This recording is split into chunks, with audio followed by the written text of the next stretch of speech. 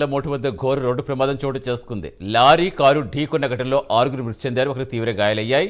మృతులను బాపట్ల జిల్లా స్టూవర్ట్పురం వాసులుగా గుర్తించారు. వీరంతా మహానంది దర్శించుకుని తిరిగి వెళుతుండగా ఈ ప్రమాదం జరిగింది.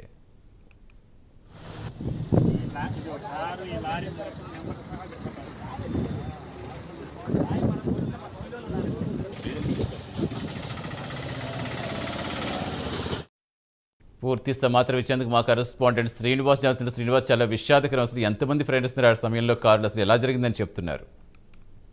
కారులో మొత్తం 8 మంది ప్రయాణిస్తున్నారు. వీళ్ళు మహానంది వెళ్ళి స్టూవర్ట్పురానికి సంబంధించిన వాళ్ళు, చీరాల బాపట్ల జిల్లా చీరాలకి స్టూవర్ట్పురానికి సంబంధించిన వాళ్ళు. వీళ్ళు మహానంది వెళ్ళి రిటర్న్ లో వస్తున్న సమయంలో లారీ ఎదురుగా రావడంతో దాన్ని కారు లారీ గుద్దుకోవటం జరిగింది.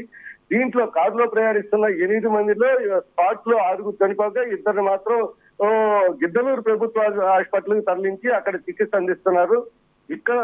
ఇక్కడ అంటే వీళ్ళు లారీకి సంబంధించి అతి వేగంతో రావటం వల్లే ఈ ప్రమాదం జరిగిందని చెప్తున్నారు సతీ.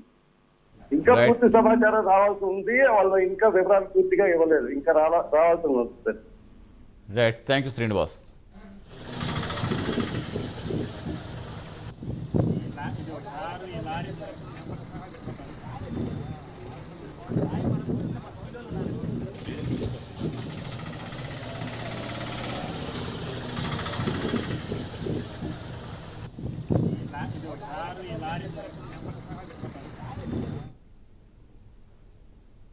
సీఎం రేవంత్ రెడ్డి రాజీనామా చేయాలని ఎమ్మెల్సీ దాసోజు